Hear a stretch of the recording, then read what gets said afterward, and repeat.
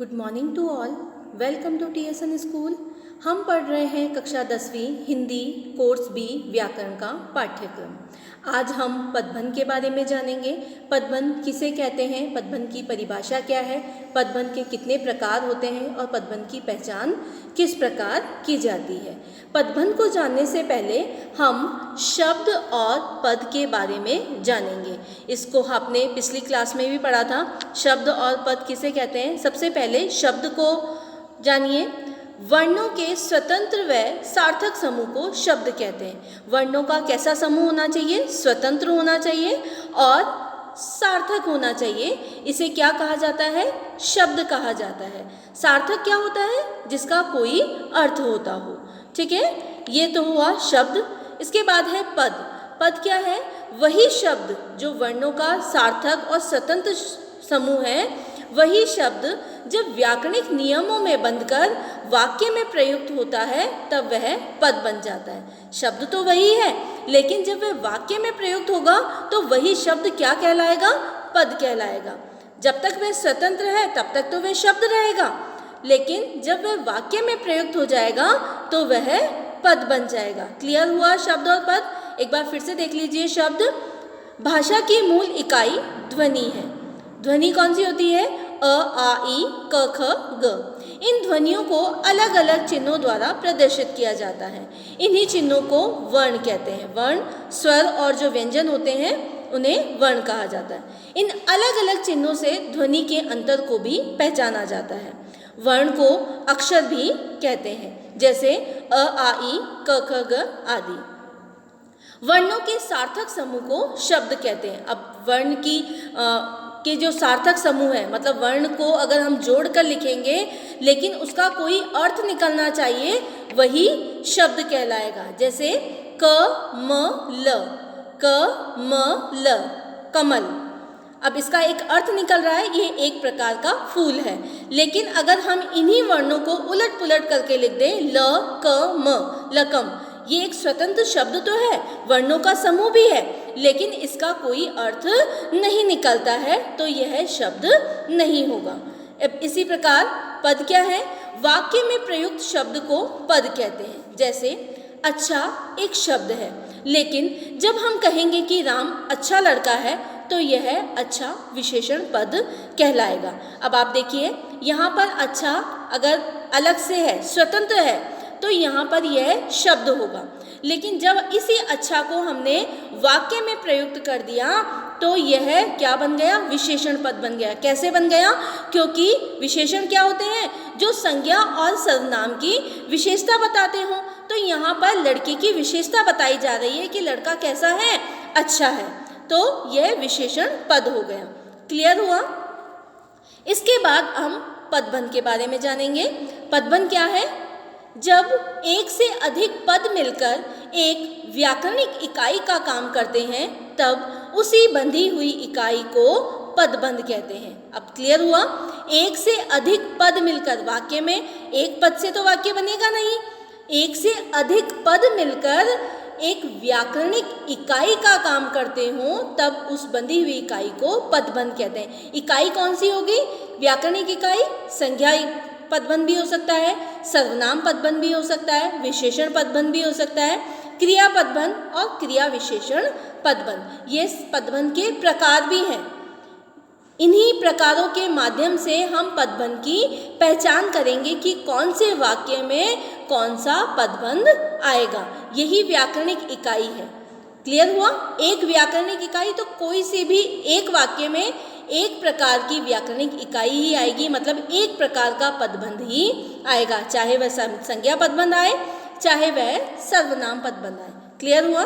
जैसे परिश्रम करने वाले छात्र उत्तीर्ण होते हैं। अब आपके परीक्षा में प्रश्न किस प्रकार आएगा, आपको वाक्य दे दिया जाएगा, उस वाक्य का कुछ अंश रेखांकित किया होगा।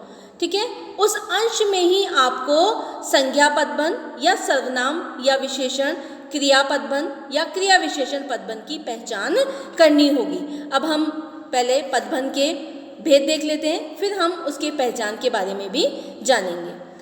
पदबंध के 5 भेद होते हैं। संज्ञा पदबंध, सर्वनाम पदबंध, विशेषण पदबंध, क्रिया पदबंध, क्रिया विशेषण या अवयव पदबंध। अवयव का अर्थ होता है जो लिंग वचन कारक के आधार पर परिवर्तित नहीं होते हो। क्लियर हुआ? अब पदबंध की पहचान के लिए कुछ बातें आवश्यक है। देखो, पदबंध वाक्य का एक अंश है, अर्थात वाक्यांश। वाक्य का अंश मतलब पूरा वाक्य पदबंध नहीं होगा, ठीक है। वाक्य का कुछ अंश या तो रेखांकित किया होगा या उसे बोल्ड मतलब गहरे अक्षरों में लिखा हुआ होगा। तो उसी वाक्यांश के आधार पर आप पदबंध की पहचान कर सकते हैं। आप कभी इस प्रकार की भूल मत करना कि पूरा वाक्य पदबंध होता है। क्लियर हुआ?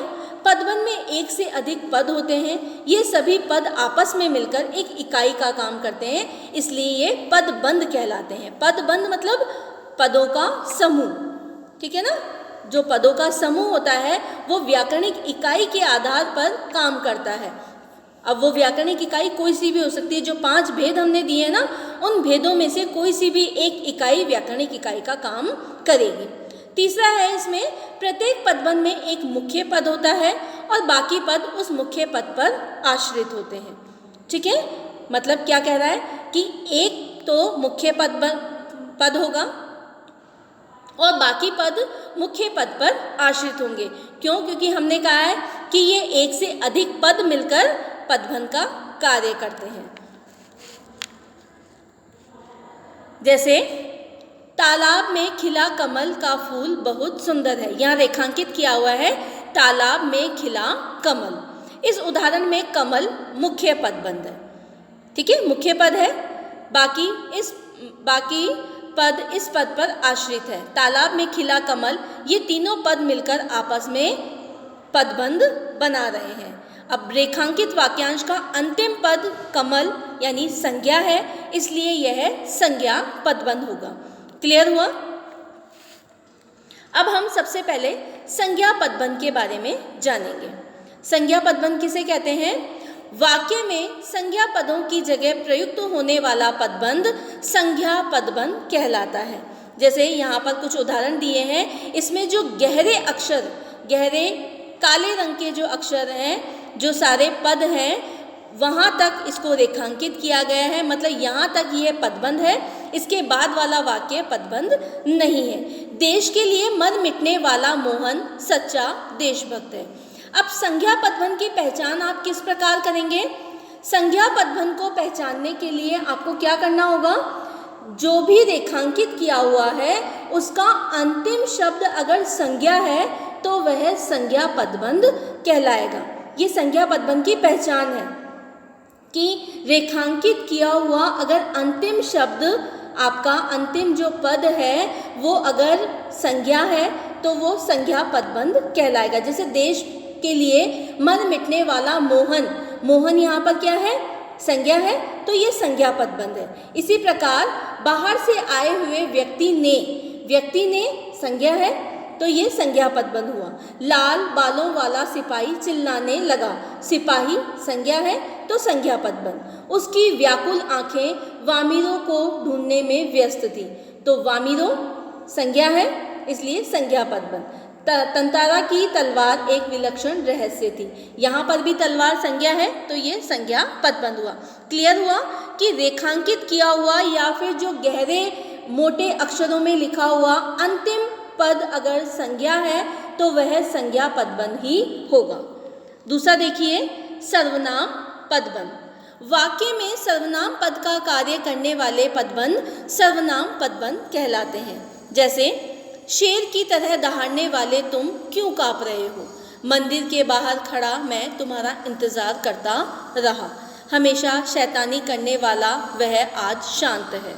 आपके मित्रों में से कोई समय पर नहीं पहुंचा। बाहर से आए खिलाड़ियों में से कुछ अत्यंत परिश्रमी। अब आप देखिए, जो गहरे रंग के अक्षर हैं, जो पद हैं, उसमें अंतिम शब्द सभी सर्वनाम हैं। जैसे तुम, मैं, वह, कोई, कुछ, यहाँ पर ये सब क्या है? सर्वनाम है। अब आपको सर्वनाम की पहचान के लिए क्या करना है? जो भी पदबंध है उसका अंतिम शब्द रेखांकित किया हुआ अंतिम शब्द, अंतिम पद अगर सर्वनाम हुआ तो वह सर्वनाम पदबंध के अंतर्गत आएगा। क्लियर हुआ? संज्ञा और सर्वनाम में, संज्ञा में अंतिम पद किसका आना चाहिए? संज्ञा का आना चाहिए, तो संज्ञा पदबंध होगा। और अंतिम पद अगर सर्वनाम का आएगा तो वह सर्वनाम पदबंध कहलाएगा। क्लियर हुआ संज्ञा और सर्वनाम? तीसरा देखिए, विशेषण पदबंध। जो पदबंध संज्ञा या सर्वनाम के विशेषण के रूप में प्रयुक्त होते हैं उन्हें विशेषण पदबंध कहते हैं। आपको मैंने पहले भी बताया कि विशेषण किसे कहते हैं? जो संज्ञा और सर्वनाम की विशेषता बताते हैं। तो यहाँ पर रेखांकित जो पद है उसके तुरंत बाद अगर संज्ञा या सर्वनाम आए तो वह विशेषण पदबंध कहलाएगा। क्यों? क्योंकि वह संज्ञा और सर्वनाम की विशेषता बता रहा है। तो देखिए पहला उदाहरण देखिए इसका, प्रतिदिन व्यायाम करने वाले व्यक्ति स्वस्थ रहते हैं। अब करने वाले, यहाँ तक तो बोल्ड किया हुआ है अक्षरों को, उसके बाद व्यक्ति, व्यक्ति क्या है? सर्वनाम, संज्ञा है। तो ये व्यक्ति की विशेषता बता रहा है। क्या बता रहा है? कि प्रतिदिन व्यायाम करने वाला व्यक्ति स्वस्थ रहता है। ठीक है, तो जो भी रेखांकित किया हुआ है उसके तुरंत बाद, जस्ट बाद वाला जो पद होगा वह या तो संज्ञा होगा या फिर सर्वनाम होगा, तो वहाँ पर विशेषण पदबंध आएगा। सस्ता खरीदा हुआ कपड़ा नहीं चलता। कपड़ा यहाँ पर क्या है? वस्तु है ना, तो ये किसकी विशेषता बता रहा है? संज्ञा की, तो यहाँ पर संज्ञा पदबंध होगा। बंगले के पीछे लगा पेड़ गिर गया, यहाँ पर कौन सा पदबंध होगा? पेड़ क्या है? संज्ञा है, तो संज्ञा पदबंध, मतलब संज्ञा है तो विशेषण पदबंध। ठीक है ना? प्यास का मारा कौवा घड़े पर बैठ गया। कौवा यहाँ पर क्या है? संज्ञा है, तो ये विशेषण पदबंध, मतलब ये रेखांकित किया हुआ है या बोल्ड किया हुआ अक्षर है, उसके जस्ट बाद वाला या तो संज्ञा होगा या सर्वनाम होगा। बाद वाला भी हो सकता है और पहले वाला भी हो सकता है। देखो इसके बाद वाला जो उदाहरण है, तुम उसे किताब का कीड़ा कहते हो। किताब से पहले उसे लिखा है, ठीक है ना, तो पहले भी हो सकता है और बाद में भी हो सकता है। वह या तो संज्ञा होगा या सर्वनाम होगा, तो वहाँ पर विशेषण पदबंध आएगा। चौथा देखिए, क्रिया पदबंध। एक से अधिक क्रियापद मिलकर जहाँ क्रिया का कार्य संपन्न करते हैं वहाँ क्रिया पदबंध होता है। अब क्रिया पदबंध की पहचान के लिए आपको ये ध्यान रखना है, क्रिया हमेशा वाक्य के अंत में आती है। जैसे नाव पानी में डूबती चली गई, एक से अधिक क्रिया पदबंध है, क्रियापद है जो क्रिया का कार्य संपन्न करें। डूबना और चलना, डूबती चली गई। लेकिन ये भी ध्यान रखें कि देखो जितने भी अक्षर बोल्ड किए हुए हैं गहरे काले रंग में हैं, वह सब अंतिम है। तो क्रिया हमेशा जहाँ पर अंतिम रूप से किसी वाक्य में रेखांकित की हुई होगी या फिर बोल्ड अक्षर में होगी, गहरे अक्षरों में होगी, तो वहाँ पर क्रिया पदबंध आएगा। वह चलता ही जा रहा है, चलता ही जा रहा है, चलना और जाना, दो क्रियापद मिलकर जहाँ पर क्रिया पदबंध का कार्य करते हैं। हमारे विद्यार्थी पढ़कर सो गए, मीरा गाते गाते नाचने लगी। ठीक है, क्रिया की पहचान के लिए आपको कुछ नहीं करना है, सिर्फ ये ध्यान रखना है कि वाक्य का अंतिम पद जो होगा, जो रेखांकित अंतिम रूप से रेखांकित किया होगा, वाक्य के शुरू में रेखांकित नहीं होगा, वाक्य के अंत में रेखांकित होगा, तो वह क्रिया पदबंध के अंतर्गत आएगा। अगला देखिए, क्रिया विशेषण पदबंध। क्रिया विशेषण की जगह प्रयुक्त होने वाला एक से अधिक पदों का समूह क्रिया विशेषण पदबंध कहलाता है। क्रिया विशेषण को हम अवयव पदबंध भी कहते हैं। अवयव पदबंध किस लिए कहेंगे? क्योंकि अवयव वह है जो लिंग वचन के आधार पर परिवर्तित नहीं होता है। जैसे कमल धीरे धीरे चलता है। अब यहाँ पर मैं दूसरा, अगर कमल की जगह मैं स्त्रीलिंग का प्रयोग करूं, राधा धीरे धीरे चलती है, तो ये जो धीरे धीरे शब्द है ये लिंग वचन के आधार पर परिवर्तित नहीं हुआ। लड़के धीरे धीरे चलते हैं। क्लियर हुआ? तो ये जो धीरे धीरे है ये अवयव शब्द है। ठीक है ना? नीलिमा तेज दौड़ते दौड़ते थक गई। अब जो ये गहरे काले रंग के जो अक्षर हैं ये क्रिया विशेषण पदबंध है, मतलब जो क्रिया की भी विशेषता बताते हों। ठीक है। क्रिया विशेषण पदबंध क्या होगा, जो क्रिया की भी विशेषता बता दो। चलना कैसा है, धीरे धीरे चलना है, ठीक है। नीलिमा थक गई, कैसे कैसे थक गई, तेज दौड़ते दौड़ते थक गई। रमेश